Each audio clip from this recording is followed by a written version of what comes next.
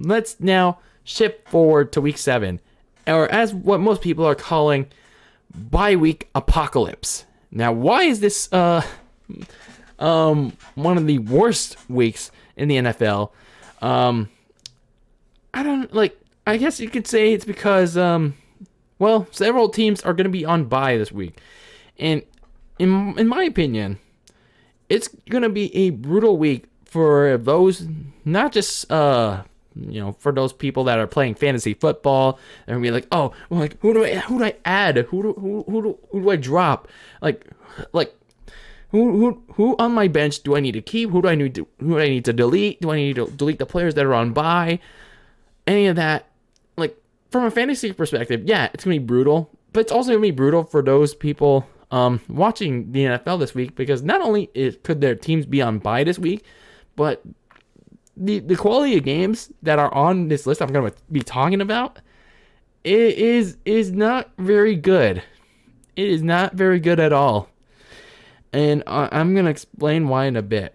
So the teams that are on bye this week are the Steelers, the Bills, the LA Clippers, the LA Chargers, the Jaguars, the Vikings, and the Cowboys. So 2 of these teams that are on bye are also going to be facing each other in the next Sunday night matchup in week 8. So the Chargers and the Vikings, not the Chargers, the Vikings and the Cowboys.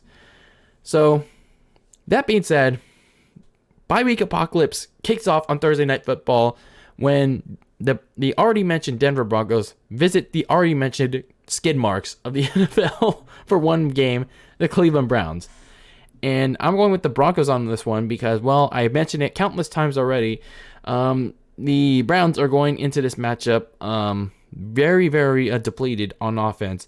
And they're going to be starting Case Keenum in place of the injured Baker Mayfield. And, like, nobody knows who's going to be, like, running the show in terms of who's going to be at running back, who's Case Keenum going to throw the ball to? Is Odell Beckham going to play? Is Jarvis Landry going to be activated off IR? Who are the Browns going to, who's going to produce for the Browns on offense on Thursday night against a somewhat, declining Broncos defense? And speaking of the Broncos, they could be without Teddy Bridgewater too. I don't know what he's injured with, but, that's something to watch out for as the hours go by. But even without Teddy Bridgewater, as long as if Drew Lock is starting and he's not shitting the bed, they should still have enough power, especially on defense, to take down the Browns' offensive talent deficit. So I'm going to go with the Broncos. They'll go 4-3, but it's not like anything special. And this Thursday night matchup is, it's not going to be great. So, but at least, the Golden State Warriors home opener is going to be on during this matchup against the true LA Clippers. Oh, sorry, the Chargers. I don't know. They're both the same, so I don't care. So then we get to the Sunday morning action. The Carolina Panthers go to New York to take on the Giants. Some more uninteresting action. See, here we go. This is the theme that I was mentioning. The Panthers are still in free fall mode, but I still think that Sam Darnold can get out of his funk, at least for this game. And if he does, then they should have no problem beating a turnover-happy Giants team. And that Panthers defense, I think this could be the game that they can get out of their funk too against Daniel Jones and, his charity case. So I'm going to go with the Panthers to finally get back on track here. Then in a rematch from week 2, the New York Jets return from their London bye to take on the New England Patriots, coming off their heartbreaker in overtime to the Cowboys. I'm going with the Patriots on this one because, well, the Pats humbled Zach Wilson when they met week 2.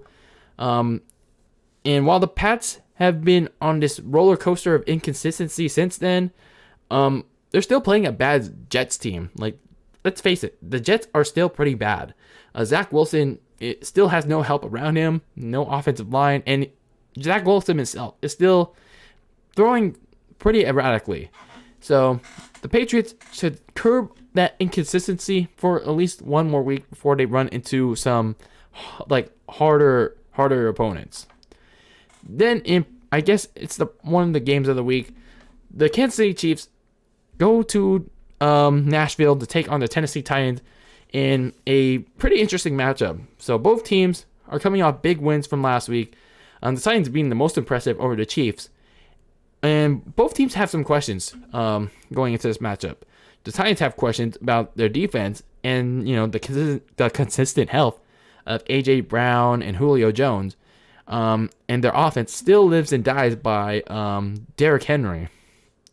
And the Chiefs, they still have questions about, their struggles with Patrick Mahomes taking care of the football and Tyreek Hill. He's not getting as open as before. Travis Kelce still, he's still sometimes disappearing in that very bad secondary of the Chiefs.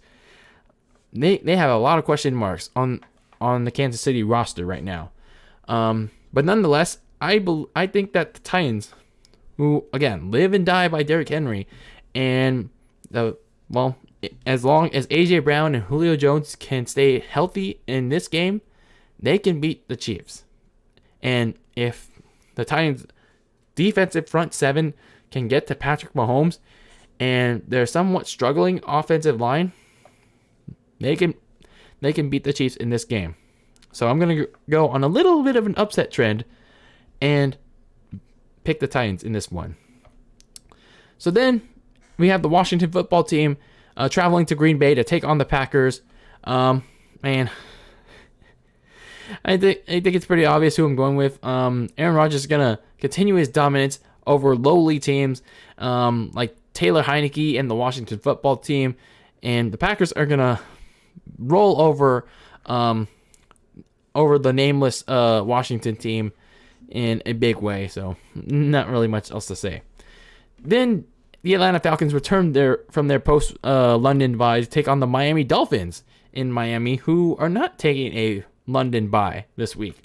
The Dolphins have lost 5 straight due to very bad O-line support, subpar defensive play, and I don't expect that to change at all because the Falcons should not only be able to pressure Tua all game long, but they should be able to move the ball too on offense. Matt Ryan is still playing well, even without not as much help as before with Calvin Ridley and now the emergence of Cordell Patterson. So he's getting some more help as the weeks go along, and look for that to continue. And then the emergence of Kyle Pitts. So the train's going to keep going for Atlanta in this game against Miami. And if the Miami loses this game, then, who knows? Maybe those rumors of Deshaun Watson in that trade could possibly get intensified as we speak. Then, in another big game of the week, the Cincinnati Bengals traveled to Baltimore to take on the Ravens in a big AFC North matchup.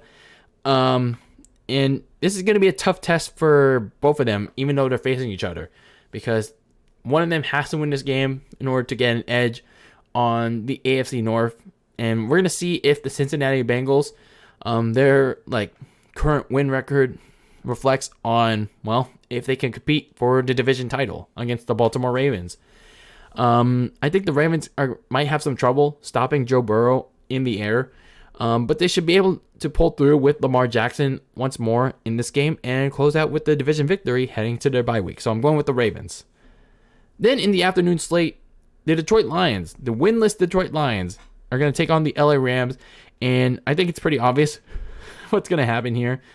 But this is also I guess from a storyline perspective, this is a bit of an interesting game because this is the first time since that big trade in the offseason that these two teams are going to meet. Jared Goff is going to return to the place that drafted him, and he's with this new team. Maybe he might be a little more motivated to play against the team that shipped him away.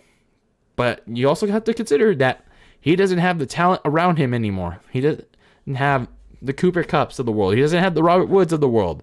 He doesn't have the defensive help in Aaron Donald around him anymore. And guess who does have that? Matthew Stafford. And you better bet your ass that Matthew Stafford, who has Jared Goff's previous talent and Stafford's current talent around him. and he's going to be extra motivated to kick his old team's ass on Sunday at home in LA.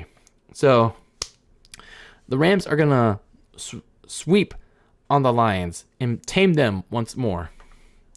So I'm going with the Rams.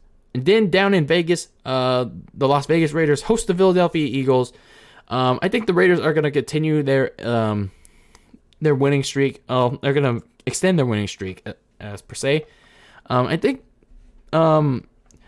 despite the fallout from that John Gruden fiasco, I think that may have lit a little bit of a fire in them positively, because look at the way they played against Denver. Like, they continually move the ball aggressively, and they can also do so against this very weak Philadelphia team that doesn't have a good secondary. Jalen Hurts, that offense with him, it seems very off as the weeks go on.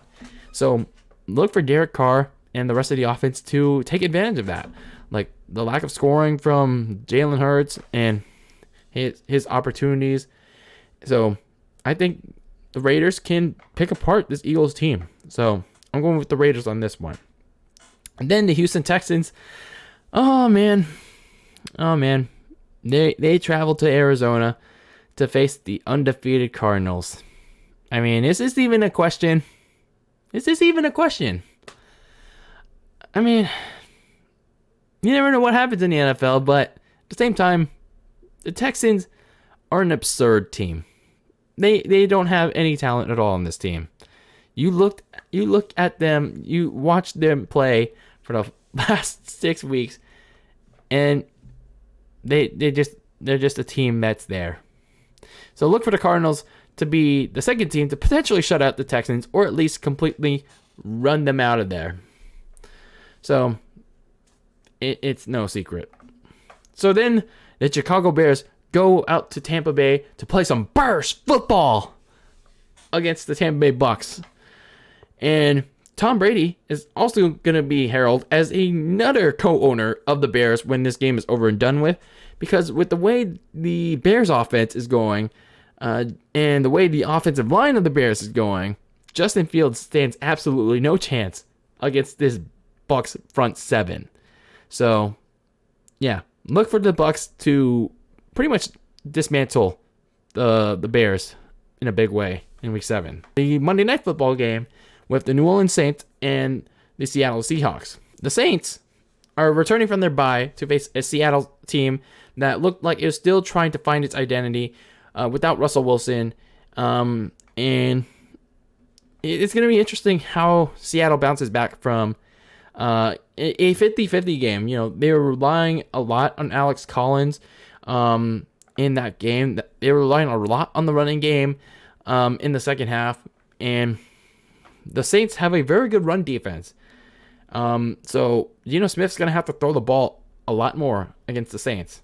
And offensively, Jameis Winston should have a blast. Granted, if the good version of him shows up, he should have a blast, dissecting the Seahawks' very bad secondary, and he's gonna be making Seattle question themselves all night long on Monday night. So I'm going with the Saints on this one.